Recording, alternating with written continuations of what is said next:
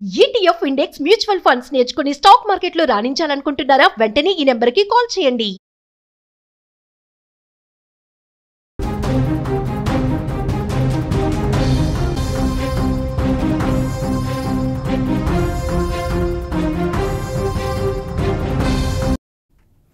Big breaking news చూస్తున్నాం. అహ్మదాబాద్ విమాన ప్రమాదానికి సంబంధించిన నివేదిక రిలీజ్ అయింది. ప్రాథమిక నివేదికలో కొన్ని సంచలనమైన విషయాలు బయటకు వస్తున్నాయి. విమానం టేకాఫ్ అయిన కొద్ది క్షణాలకే ఇంజన్లకు ఇంధన సరఫరా నిలిచిపోయింది. కాక్పిట్ వాయిస్ రికార్డింగ్స్లో పైలట్ల సంభాషణ రికార్డ్ అయింది. పైలట్లలో ఒకరు మీరెందుకు ఆపేశారంటూ ప్రశ్నించారు. నేనేమీ చేయలేదంటూ మరొక పైలట్ సమాధానం ఇచ్చినట్టుగా అందులో రికార్డ్ అయి ఉంది. జూన్ 12న అహ్మదాబాద్ ప్రమాదానికి ఎయిర్ ఇండియా విమానం ప్రమాదానికి గురైంది. 270 మంది చనిపోయినటువంటి ఘోర విషాదం. దానికి సంబంధించిన ప్రాథమిక నివేదిక, ఆ ప్రమాదానికి సంబంధించి ఎయిర్ ఇండియా ప్రమాదం జరిగిన తర్వాత ఆ కాక్పిట్ వాయిస్ రికార్డర్స్ని ల్యాబ్ అమర్చారు, విశ్లేషించారు.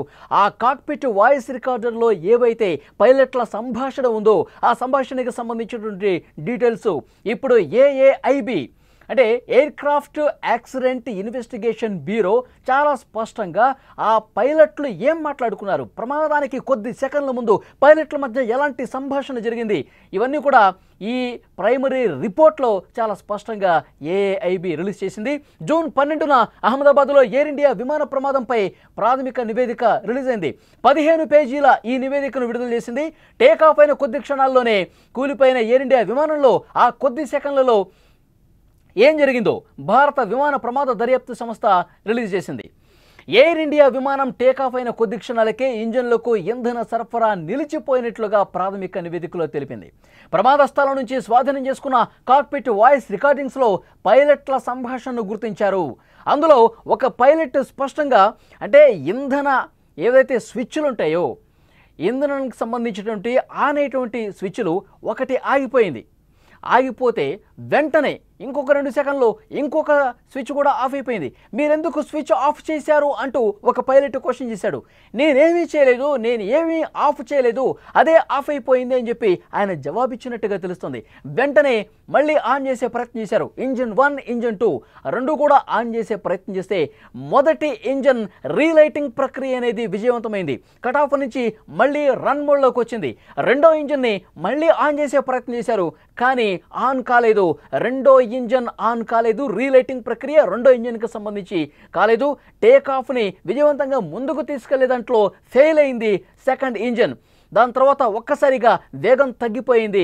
ఏదైతే టేకాఫ్ అయి గరిష్ట వేగానికి అందుకునే ప్రక్రియ ఫెయిల్ అవడంతో ఒక్కసారిగా ఆ విమానం కిందకి పడిపోతుంది. వెంటనే పైలట్ మేడే కాల్ ఇచ్చారు. Oh my God, mayday mayday mayday అని చెప్పి 3 సార్లు అరిచినటువంటి పరిస్థితుంది.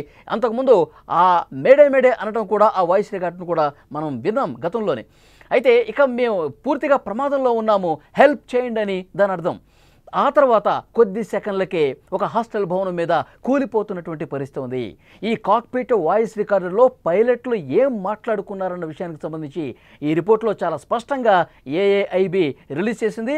అందులో పైలట్లు ఇంజన్లు ఏదైతే ఇంధనాన్ని ఇంజన్కి అందించేటువంటి స్విచ్లు ఏవైతే ఉంటాయో ఇంధన కంట్రోల్ స్విచ్లు, ఫ్యూయల్ కంట్రోల్ స్విచ్లు రెండు కూడా ఆఫ్ అయిపోయినాయి. వెంటనే ఆఫ్ అయిపోవడంతో ఒక పైలట్ క్వశ్చన్ చేశాడు, ఎందుకు ఆఫ్ చేశావు, ఈ ఆన్ బటన్స్ని ఆన్లో ఉంచకుండా ఎందుకు ఆఫ్ చేశావు అని అడిగితే నేనేమీ చేయలేదు, అవే ఆగిపోయినాయి అని చెప్పి వెంటనే మళ్ళీ ఆన్ చేసే ప్రయత్నం చేశారు, కానీ ఫెయిల్ అయిపోయినటువంటి పరిస్థితి. ముందుగా ఇంజన్ 1 మళ్ళీ ఆన్ అయింది, ఇంజన్ 2 మాత్రం ఆన్ కావటంలో సాంకేతిక సమస్య ఏర్పడింది. అది టేకాఫ్ గరిష్ట వేగానికి చేరుకోకుండా ఇంజన్ 1 మళ్ళీ రన్ మోడ్లోకి వచ్చిన తర్వాత కూడా ఇంజన్ 2 పూర్తిగా ఫెయిల్ కావడంతో ఆ ఇంధనాన్ని ఇంజన్కి అందించేటటువంటి ఆ ప్రక్రియ పూర్తిగా ఫెయిల్ కావడంతో టేకాఫ్ అయినటువంటి కొద్ది సెకండ్లకే ఈ ప్రమాదం జరిగింది. తర్వాత పైలట్లు ఎయిర్ ట్రాఫిక్ కంట్రోలర్కి సమాచారం అందించారు. మేడే అని చెప్పారు. మళ్ళీ ఎయిర్ ట్రాఫిక్ కంట్రోలర్ పైలట్లతో మాట్లాడే సమయానికి రెస్పాండ్ అయ్యి మళ్ళీ మెసేజ్ పంపించేలోపే ఈ ఘోరం జరిగిపోయింది. ఎలాంటి రెస్పాన్స్ పైలట్ నుంచి రాలేదు. కొద్ది సెకండ్ సెకండ్లకే హాస్టల్ భవనం మీద కూలిపోయి అందులో ఉన్నటువంటి 1,20,000 లీటర్ల ఇంధనం ఒక్కసారిగా ప్రమాదంలో మండిపోయి అందులో ఉన్నటువంటి ప్రయాణికులు ఒక్కరు మినహా అందరూ కూడా కాలి బూడిదైపోయినటువంటి పరిస్థితి. ప్రపంచం ఒక్కసారిగా షాక్కు గురైనటువంటి పరిస్థితి. లండన్ వెళ్తున్నటువంటి బోయింగ్ 787-8 డ్రీమ్ లైనర్ జూన్ 12వ తారీఖున అహ్మదాబాద్ విమానాశ్రయం నుంచి బయలుదేరినటువంటి కొద్ది నిమిషాల్లోనే, కొద్ది సెకండ్లని చెప్పాలి, ఈ ఘటనలో 270 మంది ప్రాణాలు కోల్పోయినటువంటి అత్యంత పెను విషాదమైనటువంటి ఘటనగా దీన్ని చూడాల్సినటువంటి అవసరం ఉంది. అప్పుడే పెద్ద ఎత్తున చర్చ జరిగింది. ఈ ప్రమాదానికంటే టేక్ ఆఫ్ అయినటువంటి కొద్ది సెకండ్లకే ఎందుకు ఇంత ఘోర ప్రమాదం జరిగింది, ఆ పైలట్లు ఆ సందర్భంలో ఏం మాట్లాడుకున్నారు, ఏటీసీకి ఎలాంటి సమాచారం ఇచ్చారు, కాక్పిట్ వాయిస్ రికార్డు ఉంటుంది, దాన్ని వెలికి తీసి ల్యాబ్ పంపిస్తే పైలట్లు ఏం మాట్లాడుకున్నారో తెలుస్తుందని చెప్పి ఆ రోజు అందరూ మాట్లాడుకున్నటువంటి పరిస్థితి ఉంది. ఇప్పుడు ఏఐబి పూర్తిగా విశ్లేషణ చేసి ఆ కాక్పిట్ వాయిస్ రికార్డులో ఏం మాట్లాడుకున్నారో కూడా చాలా స్పష్టంగా ఈ ప్రైమరీ రిపోర్ట్లో బయటపెట్టింది. ఒక పైలట్ ఎందుకో ఇంధన స్విచ్లు అనేవి ఏదైతే ఫ్యూయల్ కంట్రోల్ స్విచ్లు ఉన్నాయో అవి ఎందుకు ఆగిపోయినాయి అని చెప్పి క్వశ్చన్ చేశాడు.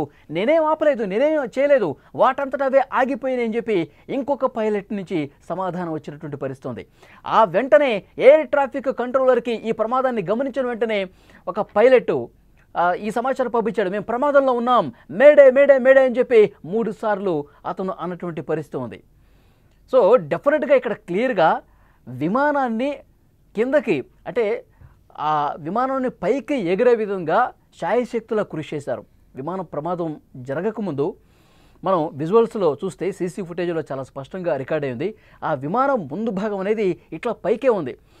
ఎట్లా అయినా సరే టేకాఫ్ ఇంకా పైకి పోనివ్వాలి, కిందకి దిగకూడదని చెప్పి శాయశక్తులా కృషి చేసినటువంటి పరిస్థితి ఉంది. కానీ ఇంజన్స్ ఇంధనాన్ని అందించినటువంటి ఆ స్విచ్లు అనేవి ఆఫ్ కావటం వల్ల ఇది తీవ్రమైనటువంటి సమస్య ఏర్పడింది, సాంకేతిక సమస్య ఏర్పడింది. రెండవ ఇంజన్కి ఫ్యూయల్ను అందించేటటువంటి ఆ కంట్రోల్ స్విచ్లు అనేవి ఆఫ్ కావటం వల్ల ఆ సాంకేతిక సమస్య ఏర్పడటం వల్ల ఏమీ చేయలేనటువంటి పరిస్థితి వచ్చింది. ఇంకా టేక్ ఆఫ్ చేయడానికి గరిష్ట వేగం తీసుకెళ్ళడానికి శాయశక్తులా కృషి చేశారు, కానీ వల్ల కాలేదు. కొన్ని సెకండ్లలోనే పరిస్థితి పూర్తిగా మారిపోయింది. వెంటనే ఎయిర్ ట్రాఫిక్ కంట్రోలర్కి సమాచారం ఇచ్చారు. పూర్తిగా మా చేతుల్లో ఏమీ లేదు, రక్షించండి అన్న స్థాయిలో ఎయిర్ ట్రాఫిక్ కంట్రోలర్కి వాళ్ళు మెసేజ్ పాస్ చేశారు. Oh my God, mayday mayday mayday అని చెప్పి 3 సార్లు అరిసిన తర్వాత వెంటనే ఏటీసీ కూడా స్పందించింది, రియాక్ట్ అయింది, రెస్పాండ్ అయింది. వెంటనే ఏం జరిగిందని తెలుసుకునే ప్రయత్నం చేసేలోపే ఈ ఘోరం జరిగిపోయినటువంటి పరిస్థితి ఉంది. చాలా క్లియర్గా ఈ ప్రైమరీ రిపోర్ట్లో మరికొన్ని కీలక విషయాలు కూడా వెల్లడించారు.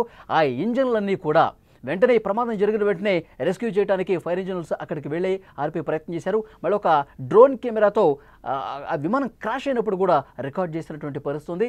దాని తర్వాత ఏవైతే ఫెయిల్ అయినటువంటి ఇంధనం సరఫరా కానీ ఆ ఇంజిన్లు ఏవైతే ఉన్నాయో ఆ రెండింటిని కూడా మళ్ళీ పూర్తిగా దర్యాప్తు చేసి దాంట్లో భాగంగా విశ్లేషణ చేస్తూ ఉన్నారు. అయితే ఇంకా అందులో మండే వస్తువులు, ప్రమాదకరమైన వస్తువులు ఏమీ లేవని కూడా ఈ రిపోర్ట్లో చాలా స్పష్టంగా ఉంది. పైలట్లు ఏం మాట్లాడుకున్నారు ప్రమాదం జరగక కొద్ది సెకండ్ల ముందు అన్నది ఇప్పుడు ఈ ఏఏఐబి రిపోర్ట్ అనేది చాలా స్పష్టంగా ప్రపంచానికి తెలియజేసిన పరిస్థితి ఉంది.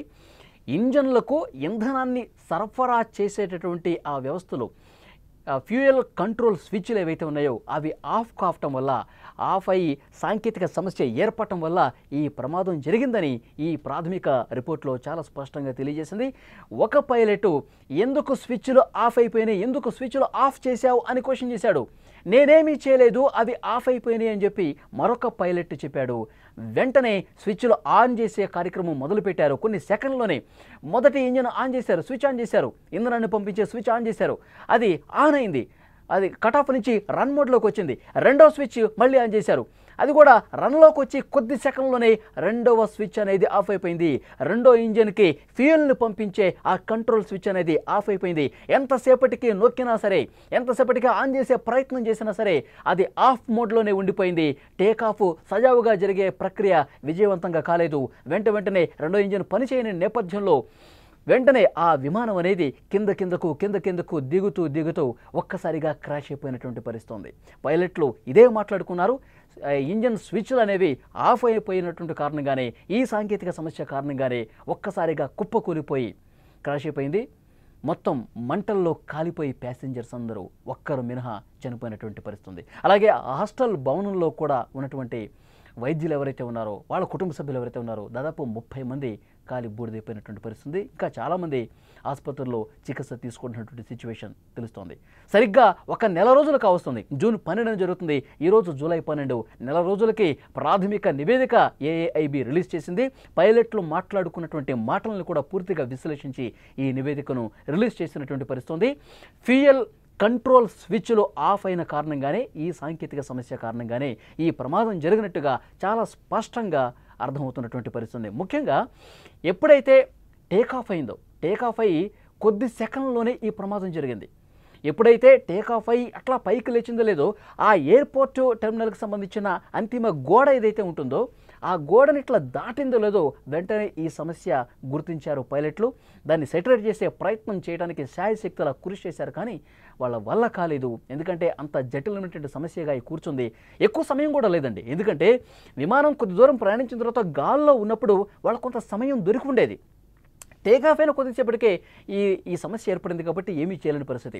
కొంత దూరం, కొన్ని వందల కిలోమీటర్లు ప్రయాణించిన తర్వాత గాల్లో ఉన్నప్పుడు, ఎన్నో వేల కిలోమీటర్ల ఎత్తులో ఉన్నప్పుడు ఈ ప్రమాదాన్ని గుర్తించుంటే కనుక గాల్లో ఉంటుంది కాబట్టి వాళ్ళకు కొంత సమయం దొరికేది. వెంటనే ఏటీసీతో మాట్లాడేవాళ్ళు, ఏటీసీతో మాట్లాడిన తర్వాత వాళ్ళు ప్రాబ్లం చెప్పేవాళ్ళు, ప్రాబ్లం సెటరేట్ చేయడానికి కొంత సమయం దొరికిండేది. కానీ టేకాఫ్ అయిన కొద్ది సెకండ్లకి ఇట్లా బయలుదేరింది లేదో, సెకండ్ల వ్యవధిలో ఈ సమస్య ఏర్పడటం వల్ల ఇంతటి పెద్ద పెను విషాదం ఏర్పడిన పరిస్థితి.